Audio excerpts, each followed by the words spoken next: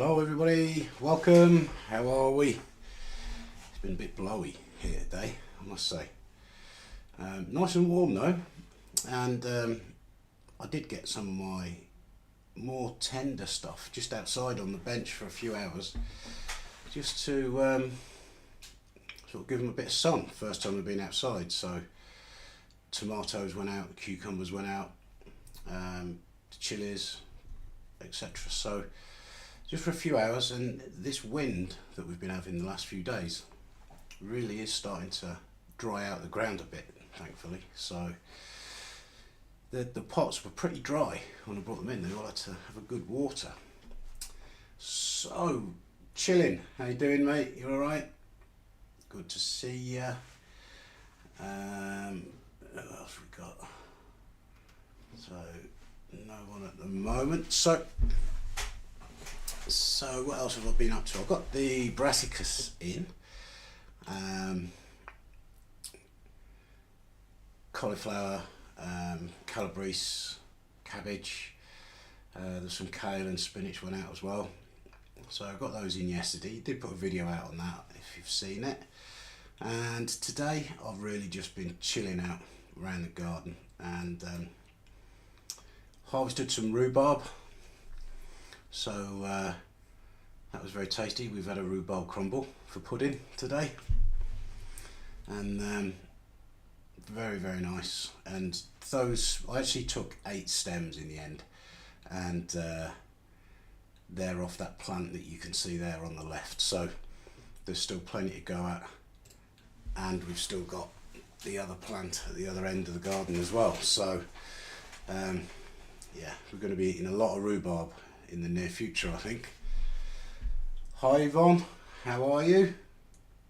Danny boy, hi. Steve Colwell, how you doing, mate? So today's live is loosely about problem sites and plots with respect to the soil, so clay in particular, wind, that's a big problem. It is here for me, and north facing plots as well. So we'll talk about all those sort of problems that come from those conditions. But someone that doesn't seem to be having too many problems, you got no sound, Steve? Has everybody else got sound? My microphone says it's working.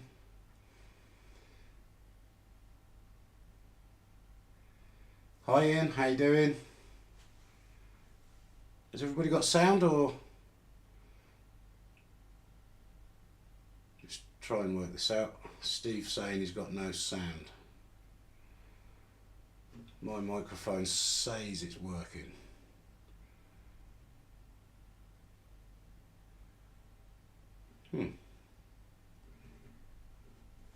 Ian, sounds good. Danny boy sounds okay. Steve, I think that's a problem at your end, mate. Yvonne, yeah, okay. I think that's a problem at your end, Steve. So someone that doesn't seem to be having a problem is Steve. He's sent me some pictures of his plot, and he emailed them across yesterday. I think he's just leaving, so I might actually do that. We'll wait for him to come back and I'll show you the pictures of his plot. So clay soil, absolute nightmare. I've got it here, and I had it in my last garden, and it is actually very fertile because it doesn't drain freely. It holds on to a lot of the nutrients, but because it doesn't drain freely, that can also cause problems with waterlogging, and it takes time. I've found there's no quick answer to it. The best thing that I found was sharp sand and organic matter. So they're the things that I use to try and rectify that, and over time the worms and everything take that organic matter down into the soil and improve the structure. But the reason why clay is so it sets into like a ball is because the particles are so fine in the clay that they just stick together, and by adding sharp sand or gardener's grit, if you want to buy that, it stops all those tiny little particles from sticking together. So sharp sand's really good, and organic matter is really good.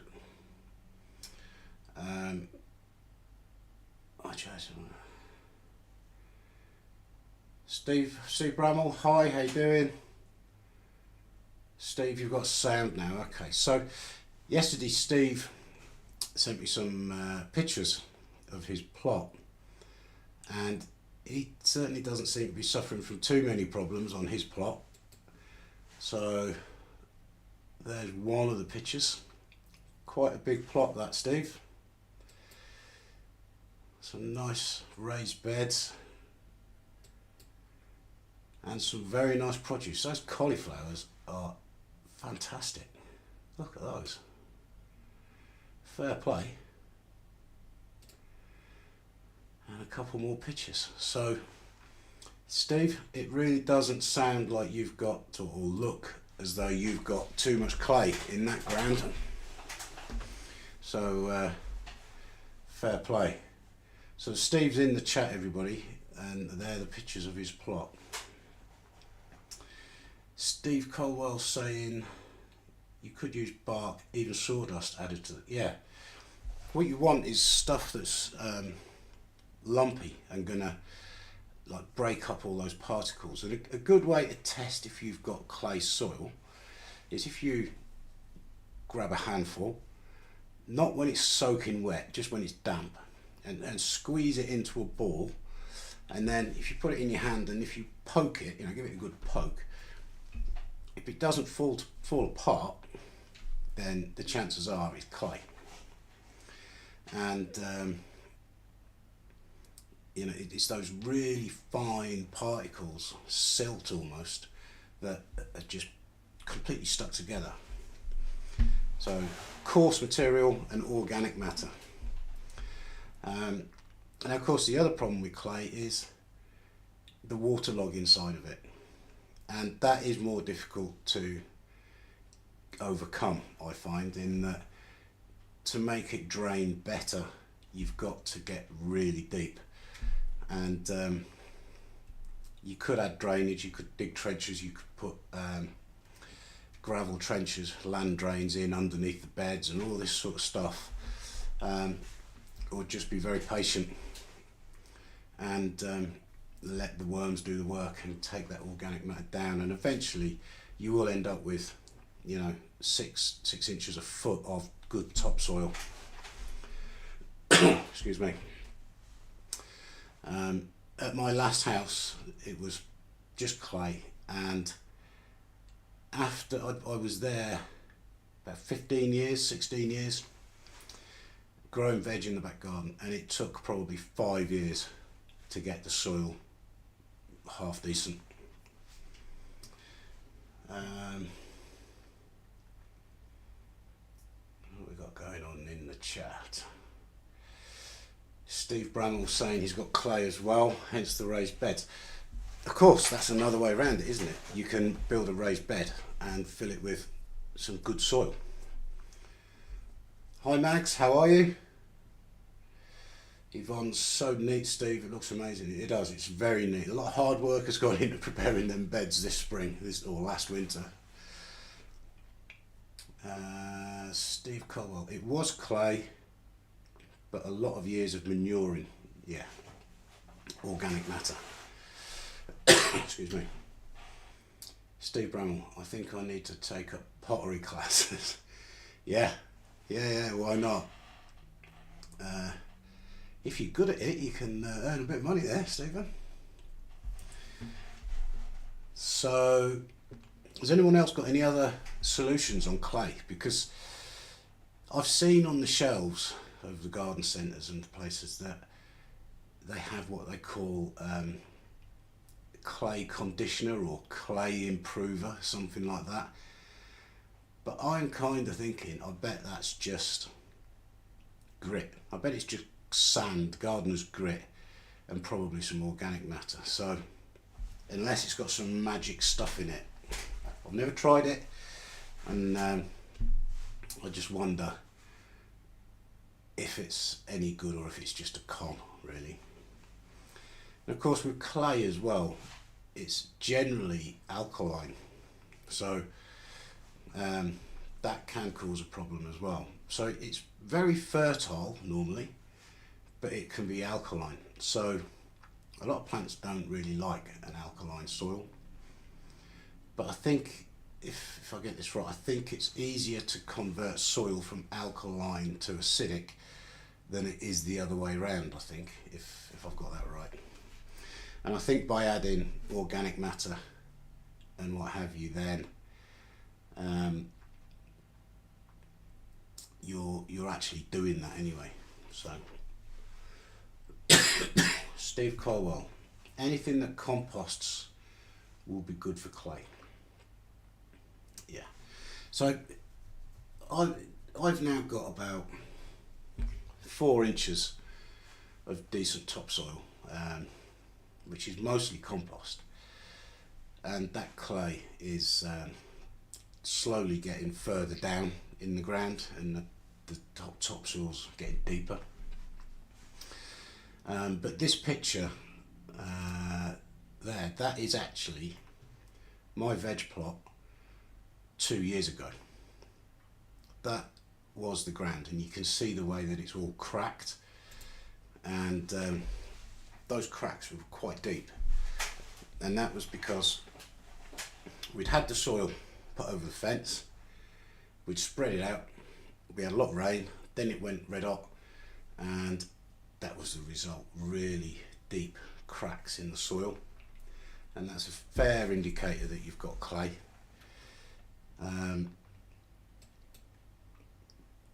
That's a common sight if you were at the side of a riverbank or something like that. That's a sort of effect that you can get when the surface dries out quite quickly and cracks, and it's really organic matter and grit of some sort, whether you want to buy garden's grit or just sharp sand. And the way I did it at my old house was, I decided I was going to turn the back garden into a vegetable plot. So I had a rough idea where I wanted the beds, and basically took anything out that was growing and then wheelbarrowed sharp sand so that it was about 2 inches thick all over the beds, and then dug it all in with a fork and tried to like roll the clay around in the sand and break it up and get the sand to stick to the lumps of clay, because then that stops it sticking to another lump. So you do need a lot of sand, and then once I'd done that, I put compost on there as well, and then dug that in. And at the time I wasn't doing no dig, so with no dig the process is a bit easier, I think, because although you can't dig the sand in if you're doing no dig, you can just put everything on the top and let the critters and the worms do the work for you. Mags, I've heard growing potatoes in clay soil helps to break it up. A lot of people say this. I'm not convinced. I'm not convinced. I think if you've got a fairly tough soil, the potatoes can help to kind of break it up a bit. But if you think about it, potatoes, it's not. I found in clay, if the ground's hard, the potatoes just won't swell up because they can't. So you need to have a fairly loose soil, I think, to grow decent potatoes. But some people do think it breaks the ground up. Like I say, I'm not convinced. I'm not that convinced, to be honest. So, has anyone got any other strategies for clay? Because it's a common problem, especially where I live. The whole area is clay, and because it's been mined so heavily over the last few hundred years, a lot of that clay has been brought to the surface as well.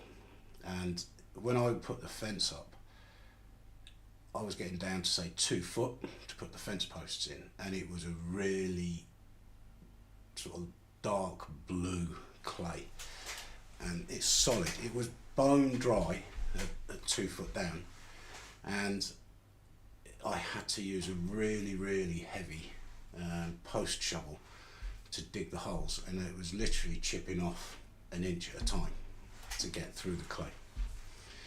It had quite a lot of shale in it as well, and I think that was because of the mining that was in this area. So another problem us gardeners can suffer with is strong winds blowing crops around, and because we've got a fairly open site to the southwest, and in the UK the prevailing wind is from the southwest, then we can get battered when there's a storm. It really gets windy here. We can have things blown across the garden, no problem. So having crops out, I'm always thinking about how can I try to stop the wind destroying them.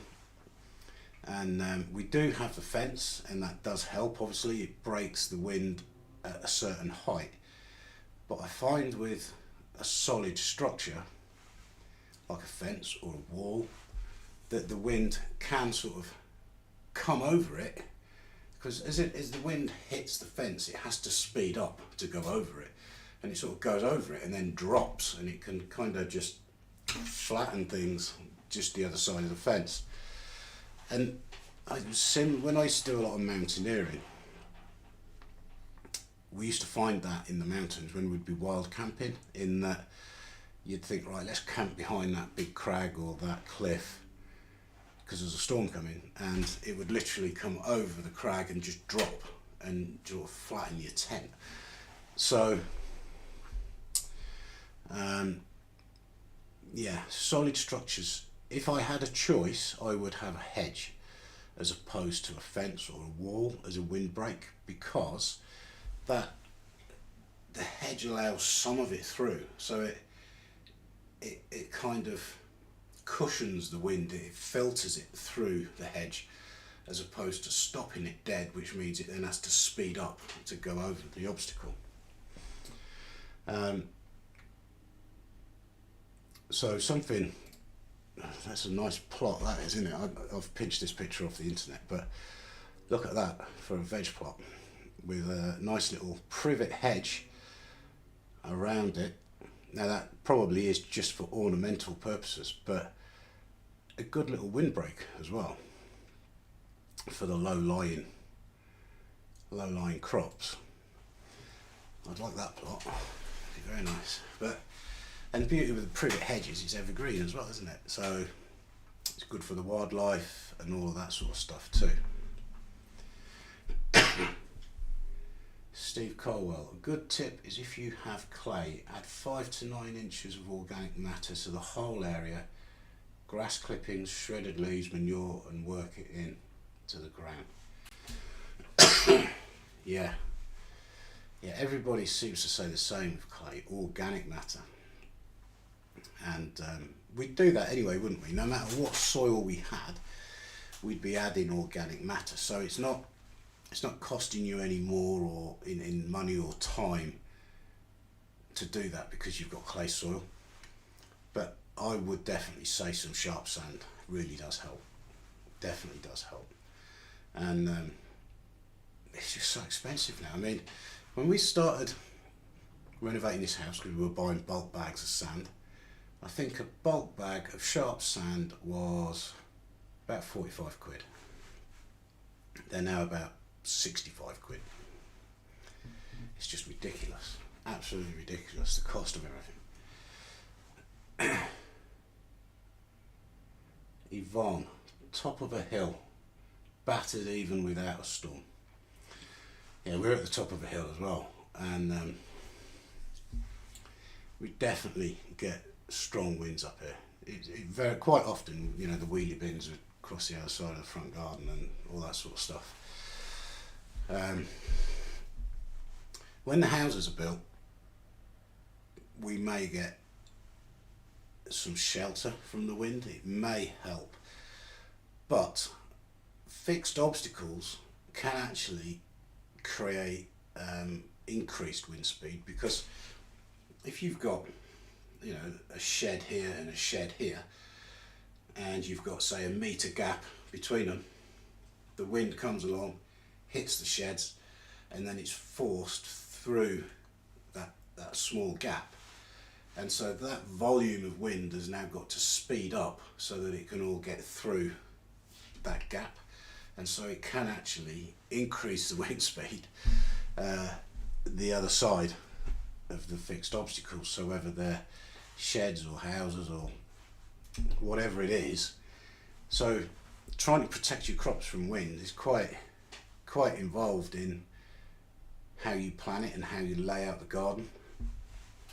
And so it's like when I do this, hopefully this summer I will start working on the higher part, the upper plot if you like, and that is actually, just looking at it now, it's about the same level as the top of the fence. So the fence isn't going to give that any shelter at all. So I probably am going to have to think about windbreaks and things on the higher part of the garden. Yvonne, she's saying causes a wind tunnel. Yeah, that's exactly what it does, and it speeds up. It's no different to a stream where you've got water running down, you've got a boulder here and a boulder here. Well, that water in the middle is having to go faster than the surrounding water to get between the two boulders. So yeah, it can cause big problems. T&D's grown at home. How you doing? Hope you're well. So has anyone got other solutions for wind, you know, the wind damage to crops? Because you can also get burning effects, can't you, on plants when it's hot and you get the wind. So anyone got any solutions for all of that? Because it's definitely something I'm going to have to think about. But the problem is when you start putting in windbreaks, like a hedge or whatever, then you could be creating shade. So it's a chicken and it's a catch-22 situation, you know.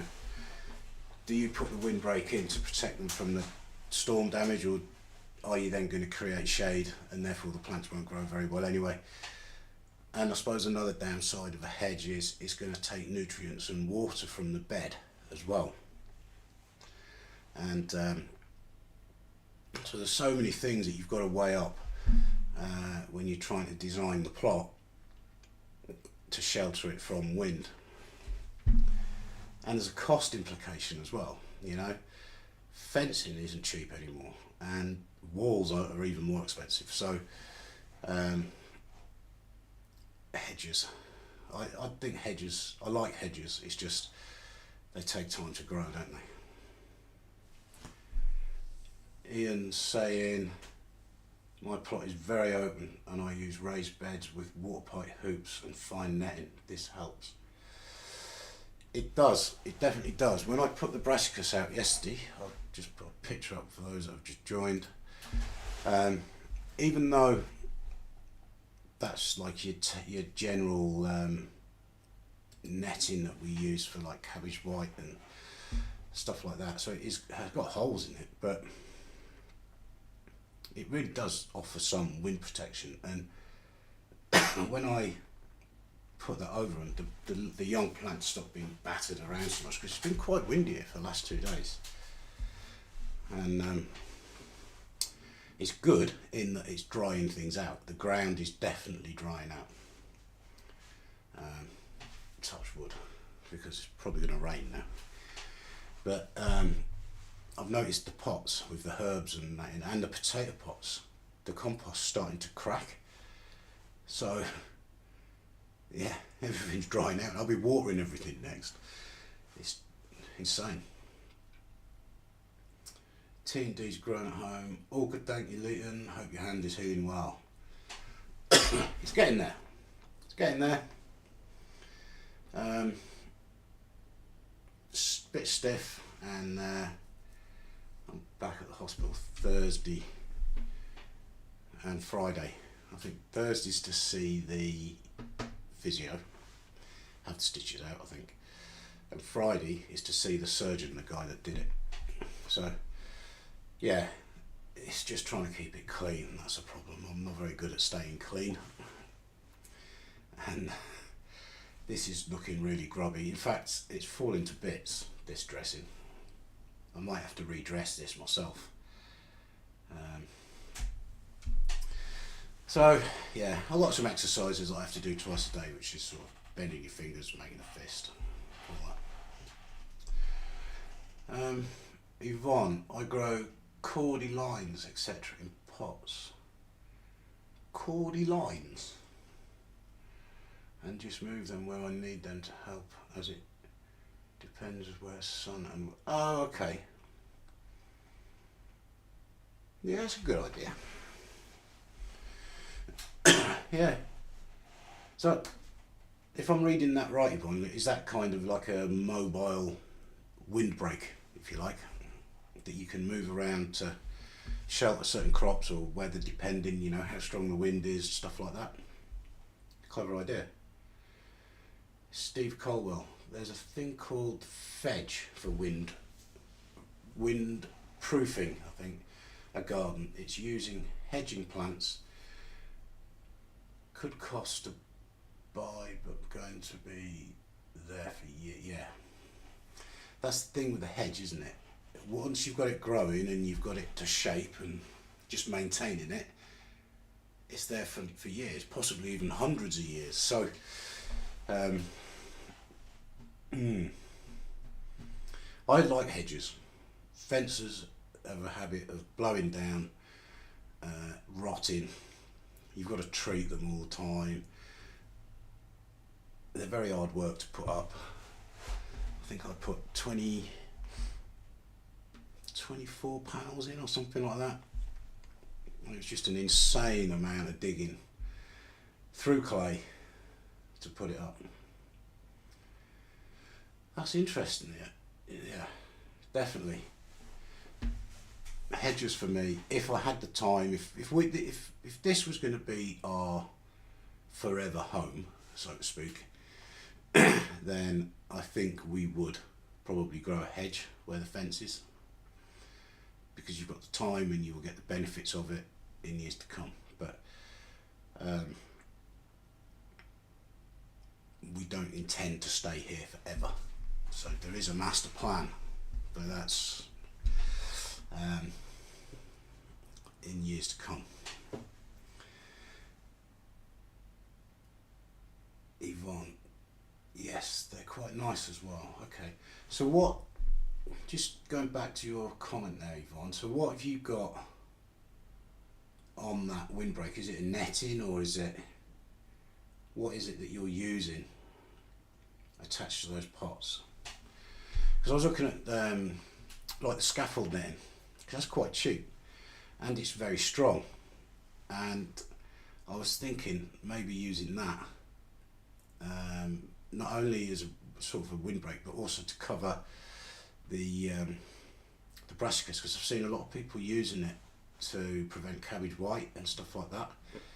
So I was thinking about using that, and up the top here, when I get round to getting this bit done, I'm going to build a brassicas cage so that I can physically walk in, because having it under hoops is okay and it works great, but having to take the netting off all the time to do weeding or harvest or top up the slug pots or whatever it is, it's a real pain. So once the upper part's done, I'm going to have two beds, basically two quite big beds, that I'm going to grow potatoes in one year, main crop, and then brassicas the next year. and I'm going to make a cage that basically is in modules that just screws together, and I can move it from one bed to the other. And I'm looking at that scaffold netting.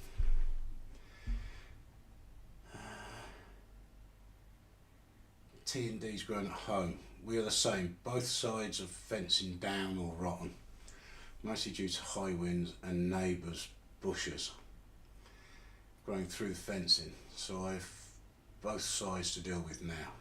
Yeah, it's horrendous, isn't it? And these panels, the sort of panels we've got, they don't last very long. They're only going to, I think they come with a 10-year guarantee or something stupid like that. But if you've had a fence for 5 years, who's ever going to take a fence panel back and say, I want to claim on the guarantee, you know? It's just crazy. Yvonne, just plants in large pots. Oh, okay. Right, okay. Yeah. Yeah. Why not? Excellent idea. And I'm just thinking then, so if you had some pots, say you had some old plant pots, and you put a metal pole, a metal rod in them, fill those pots with concrete, and then you attach some scaffold netting to the poles, and then you could move that around wherever you needed to prevent like wind damage to the crops. There's an idea. Hi Laura, how are you? T&D's gone home, currently burning some fencing now after breaking it down. Yeah, when we moved in there, we ripped all the fence down. We were burning it for weeks. It was like, we'd go down the garden most nights in the summer and just have a campfire, sit down there having a drink or whatever. It burns really well as well, does fencing. So we've done clay, we've talked about strong winds and that damaging crops. What about north facing plots? Because I'm lucky here, this plot is sort of south facing. My last house, it was north facing, and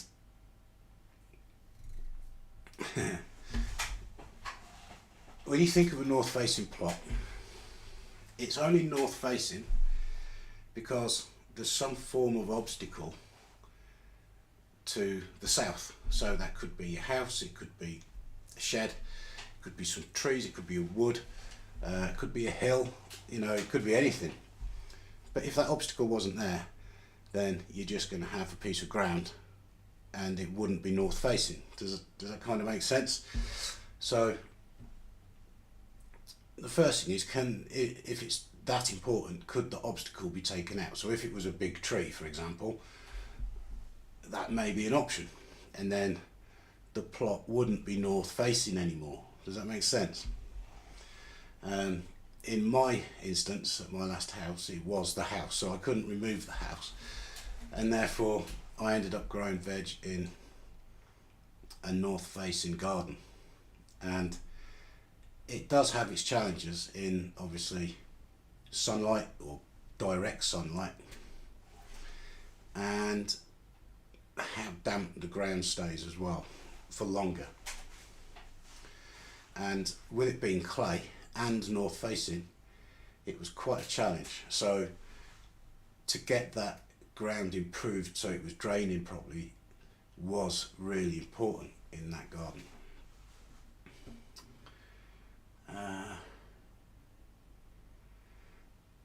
Danny boy, you could always use some windbreaks. Yeah, sort of things you take to the beach.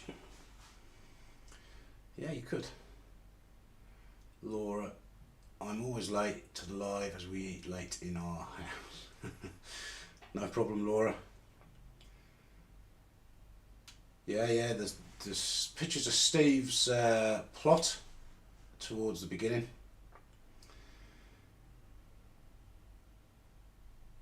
So T&D's grown homes, can't you? East facing. Yeah. We're which way? Yeah, we're pretty much south. Although we do have a hedge to the south. So the first sort of couple of meters really in the winter, that never gets any sun in the winter. In the summer it does get sun, obviously, because the sun's so high in the sky that the hedge doesn't really come into effect. But that's here in Shropshire. If I was living at the top of Scotland, then that might not be the case, because where you live in the world makes a difference as well. How far north you are makes a difference. So yeah, my previous house, north facing garden, clay soil, and the obstacle that made it a north facing garden was the house. So that was pretty high, you know, I mean 2 stories plus the roof, and therefore it was probably only in the height of the summer, so I'm talking like July and August, where I actually got any sun on the decking, which was near the house. And that was the other part of the design, was to use the most shaded part, which was up against the house, as the decking area, and then have the vegetables further away from the house. So there's my first tip, if you like. If you've got a north facing plot, put the growing space as far from the obstacle that's creating the shade as possible. It's an obvious thing to say, but it does help.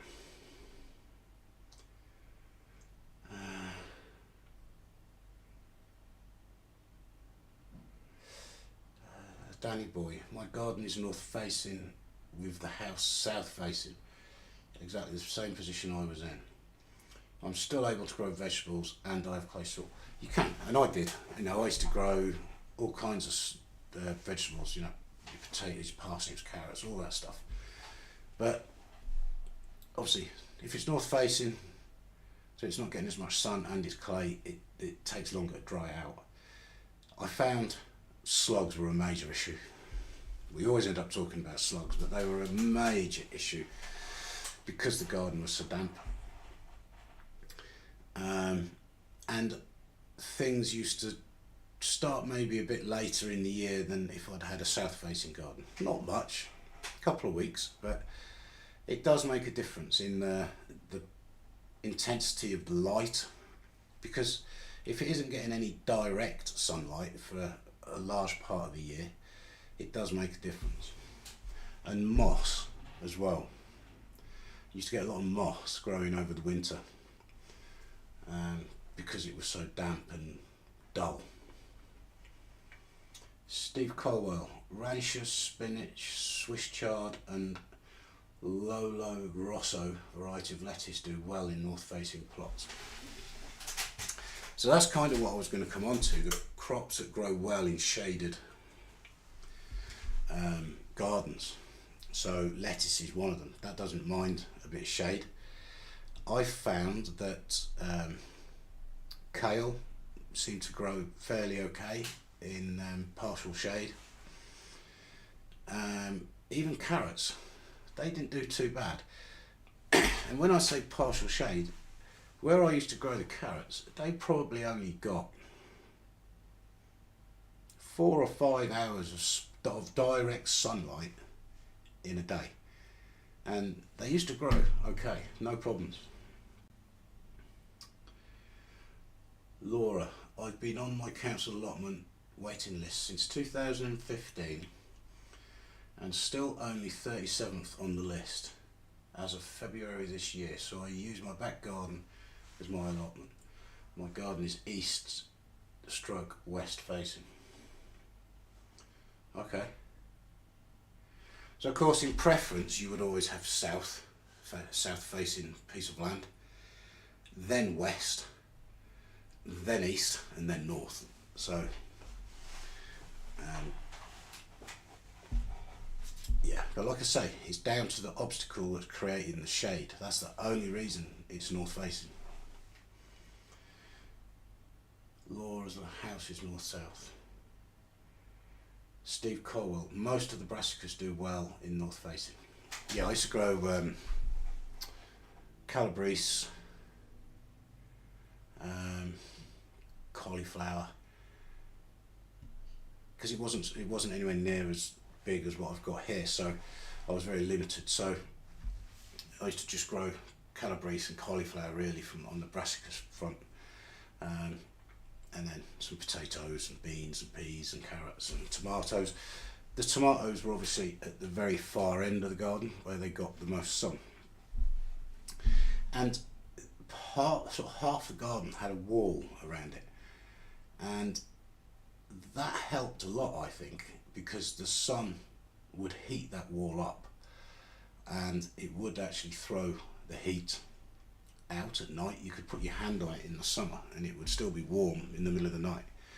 And so by growing tomatoes up the wall, that really did help. T&D's growing at home. I think I found a leopard slug the other day. I couldn't be 100% sure, so I let it go. Yeah, but they look a bit leopardy, I suppose. The problem with slugs is, it's like grey field slugs can sometimes be more brown. They don't have like set colours, do you know what I mean? They're a bit, yeah. Debs, sorry late having done. Don't worry about it, Debs, thank you for coming along.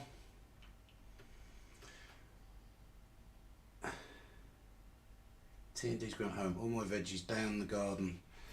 As the day passes, the patio ends up in the shade, but they do okay so far anyway.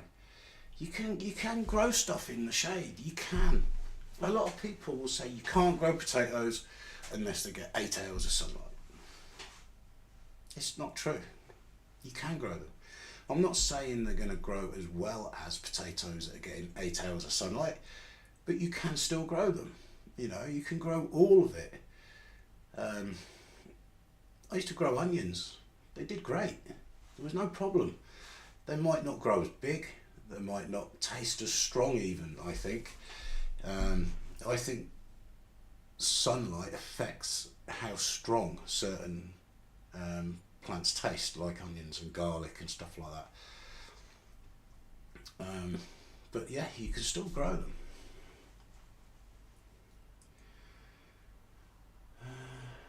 Danny boy, if you have a garden north facing, it all depends where you get the sun through the day. Just position the garden around to where it, absolutely. So if, you know, my advice to anybody that was starting out a new garden or an allotment is go sit there, spend a couple of weeks before you put a spade in the ground. Go and spend time on that plot of land and work out where the prevailing wind comes from. Work out where the sun is at certain times of the day. There is a website online, I can't remember the name of it now, but it will tell you, you type in your area or town or whatever, and it will tell you where the sun is, at what angle, how many daylight, how many hours of sun you get, etc., etc., for any day of the year. So do the research and then start digging, because it's really disappointing if you do a massive amount of manual work, lay out your garden so it looks absolutely fantastic, but you haven't taken into account where the sun is or where the wind comes from, etc. And so just going back to this, I planted the taller crops at the northern end of this brassica cage. So the calabrese went in at the northern end of it. And then the smaller crops, things like the cauliflower, are at the southern end. And that's because the taller stuff won't shade the shorter stuff. So it's just a little bit of thinking it through, especially if you've got a north facing garden.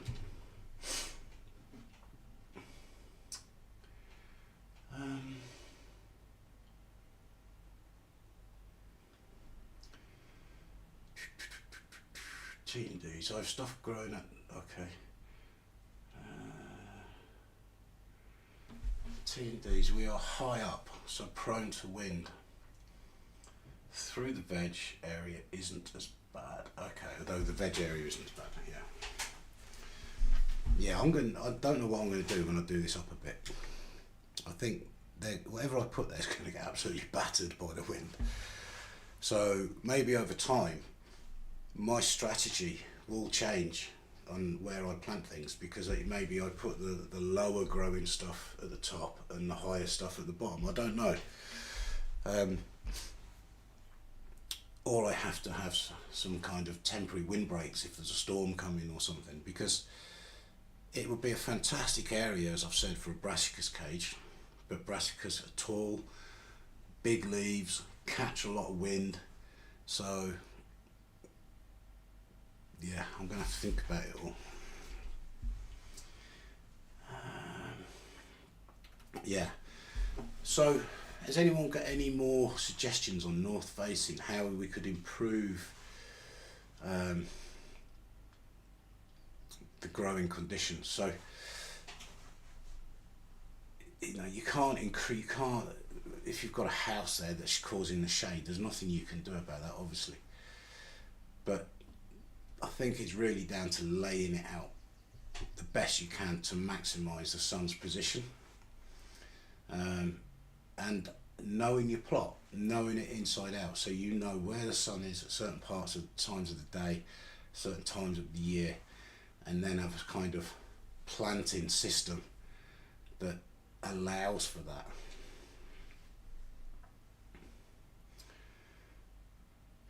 Yeah, I was quite lucky in that house. Although it was north facing and clay, it was a very sheltered garden. Because the garden was so small, and my house was at the southern end, my neighbour's garage was at the eastern side, and then the other end and the other side, was a wall and a fence. And because it was so small, it was really sheltered. So the wind wasn't an issue.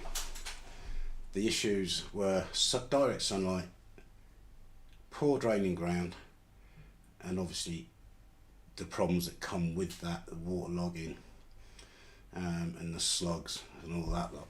Oh, and interestingly, the brassicas that I planted out yesterday, every single one made it through the night. They haven't been eaten. There's the odd tiny little nibble on a couple of the leaves, but they were all there this morning. I was really quite happy about that. First thing I did this morning was get out of bed and go down to see if my brassicas made it through the night. Steve, I'm quite lucky where my plot is. There's a lot of trees around, but still gets windy. Yeah, I suppose if you've got an allotment on a big site, wind could be a serious problem, couldn't it? Because big open area, and that could then come hurtling along the whole site. When I watch other YouTubers and they've got allotments, and they have a lot of problems with wind causing damage to pie tunnels and sheds and things like that, because they're big open areas.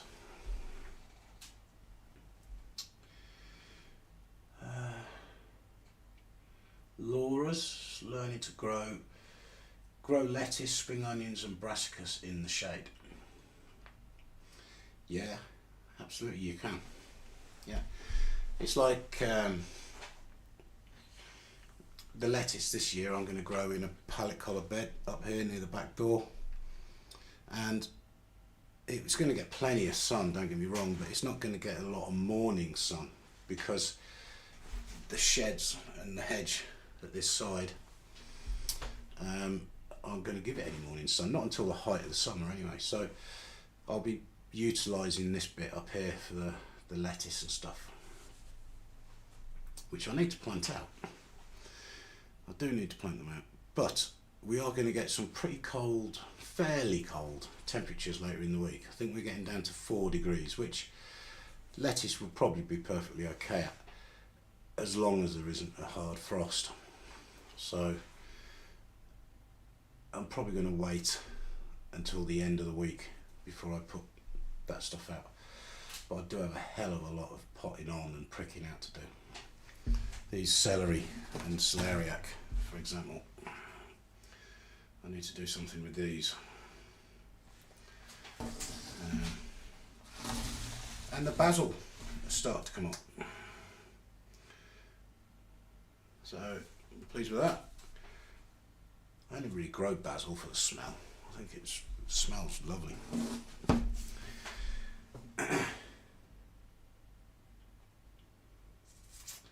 Deb's saying that we are quite sheltered by buildings, etc. But when it blows, it blows. There's days here where I hear the wind at night and I just think the fence isn't going to be there in the morning. But so far, we've been okay. Mags, we used to get full sun in the garden, but neighbour built a conservatory and decked their whole garden with which raised their level, then put a 6-foot fence on top. So now half of the garden is shaded all day. It's a problem with neighbours, isn't it?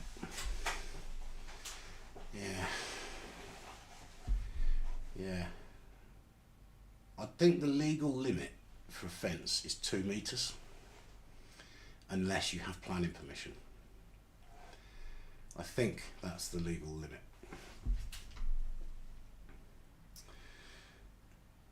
Steve Colwell, sprouts, cabbage, kale, cauliflower, all do well in the shade or north facing. Yeah. Brassicas family, yeah, definitely. Danny boy, have you seen that on the internet where if a plant gets damaged, they make a sound? I've heard of this. I was wondering if that is what happens when a slug eats a plant, so it gives off the dinner bell to the other slugs. Quite possibly. I think nature's a lot cleverer than we know. There is, I think, there's some scientific evidence that plants know, not know, but they have some kind of reaction, if you like, to being cut down or eaten. So I'm not saying they feel pain, but I think there is something that there's some scientific evidence to suggest that. So if you're a vegan, well, yeah, the plants know. The plants do know that you're eating them. I don't know. Danny boy, it's an ultrasonic popping sound.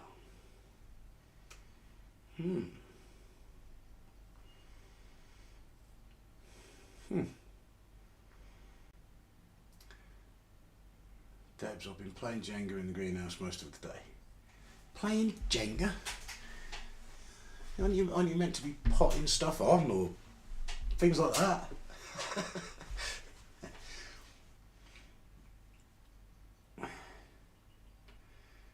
Steve Bramall, basil on the go here too. Plant it with the tomatoes and give some to our neighbour who makes pesto for us. Oh, okay. Me and Julie were talking earlier on actually what we were going to use the basil for, and there's another idea to add to the list. Pesto. Max, I've been doing the same with tomatoes and peppers indoors. Debs, I need another greenhouse. Yeah.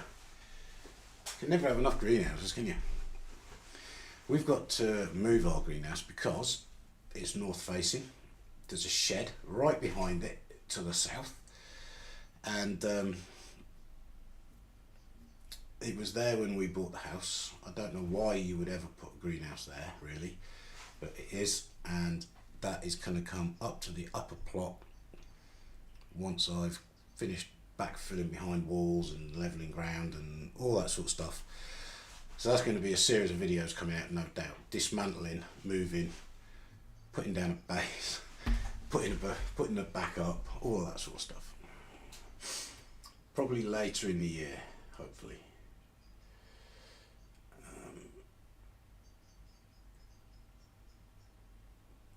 everybody seems to plant the basil between their tomatoes. Do you do that outside? Does anybody do that outside? Because I grow my tomatoes outside at the moment because the polytunnel isn't covered. And I know basil likes warm temperatures, so hopefully it will be warm enough in the summer. T&D's ground, I just like one greenhouse or polytunnel. Yeah, I've got a north facing greenhouse that's falling to bits, lots of broken glass and filthy, and I've got a polytunnel frame with no cover. So yeah, I'm not far behind you there really. Steve Cole, you've got 3 greenhouses. It's just greedy, you know, just greedy. No, if you've got 3, I mean, you can do a lot of stuff there, can't you? Chilies in one, tomatoes in the other, you got a spare. I grow all my toms outside, but the basil puts off pests that would normally go for the toms. Ah, is that why people do it? Right, okay. I didn't know that. Right, well, I'll try and get this basil to grow, and that's what I'll do then. I'll put it at the bottom of the tomatoes. Max, I put a blow-away polytunnel in my daughter's garden because I don't have the space. There's a lot of people do this, don't they? They want to grow food, they don't have enough room, and they borrow a bit of neighbour's garden or something. You know, just an agreement where that's what they do. And people go planting stuff on other land as well. Steve Cole, basil and tomatoes, a great match. You grow them in the greenhouse. Debs, I've got 2 and I'm still short of space. We extended one to make it 6 by 14 foot. Just wish we could have got a bigger one to make it about 20 foot. Fair enough. I'd love a 20 foot long greenhouse. I need to focus on getting my polytunnel finished first, I think. Marigolds, yeah, I plant marigolds around tomatoes. I'm struggling to get marigolds to germinate at the moment. I don't know if they're just old seed or I don't know if it's just not warm enough down in the greenhouse. I might have to bring them up here. Debs, basil, marigolds in the greenhouse, but never tried them outside. Yeah, marigolds are fine outside in the summer. I use 10 degrees as the magic rule for everything, really. The magic number is 10, so if it's 10 or above, it can go out. And that's the same for tomatoes as well, you know, cucumbers even. Laura, I've grown basil in a pot of 10 or so plants. Do they all need putting into individual cells? If they're getting crowded, I suppose so, yeah. Yeah, if it's getting really crowded in there, I don't suppose there's any harm in giving them their own pot.